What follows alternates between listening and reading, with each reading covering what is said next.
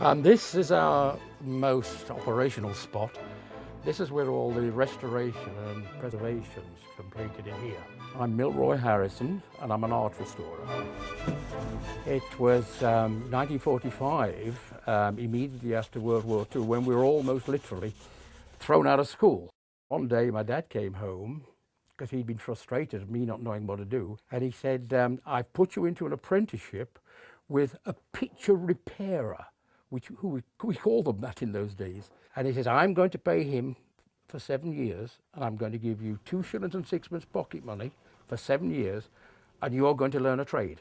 And within a very short time, I settled in with the most wonderful mentor who taught me all the old methods and this, that, and the other. This is what we call a cobweb.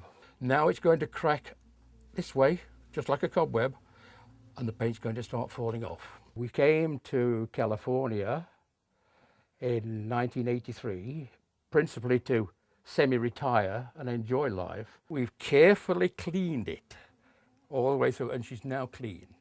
The word spread around. I've been busy ever since. This is the canvas. This is like a plastic sheet that we place on, and in the heated suction table, we literally fuse them together. But the important factor is that in 50 years' time, they can actually take it off the canvas without damaging it. Everything we do has to be reversible. This has been in the family a long time, hasn't it, madam? A painting comes through the door, comes in for an inquiry, and it's got to talk to you. It's got to talk to you, but so many people get upset when within a few moments I've turned the thing over and I'm looking at the back of it. And I've had it said more than once, why on earth are you looking at the back when you're not looking at my painting? The back tells you a lot more than the front. Okay. This is on linen. It's very brittle, and that's why at times it's been caught.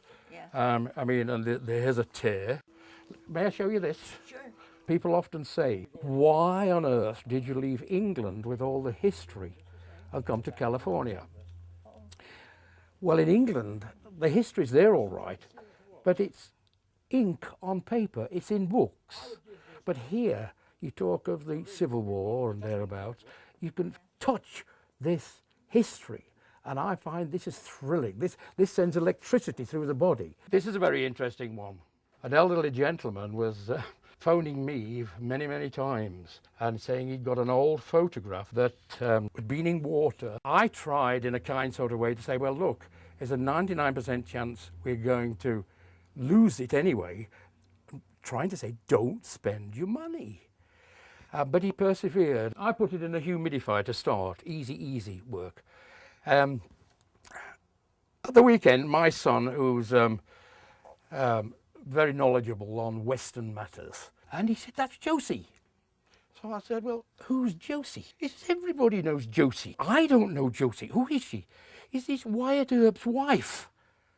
He says, and would you like to know that that was taken, and I can't remember whether it was 1893 or 1895, 16 minutes before the shootout at the OK Corral. As a result, we were lucky. We were able to restore it. We restored the original frame, and Sotheby's valued it at $2,000 to $3,000. This is how wrong you can be. I've got a wonderful assistant, Teresa Brunston. She's a first-class restorer, and she's the only one who I would trust restoring and using my name. When you're painting, sometimes you get to know the artist, or you wish you could have gotten to know them through their techniques and what colors they used and how they mixed their colors. And it's like keeping them alive when you bring their art back. We suffer with the European paintings quite a lot because of the coal fires and this, that and the other. This is actually of Dresden. You can see here where we started cleaning it. We've cleaned all this side, and there's the difference. This is just smoke and atmosphere. One of the worst things in modern days is the residue of car tires. It comes through the door and it actually burns through the varnish.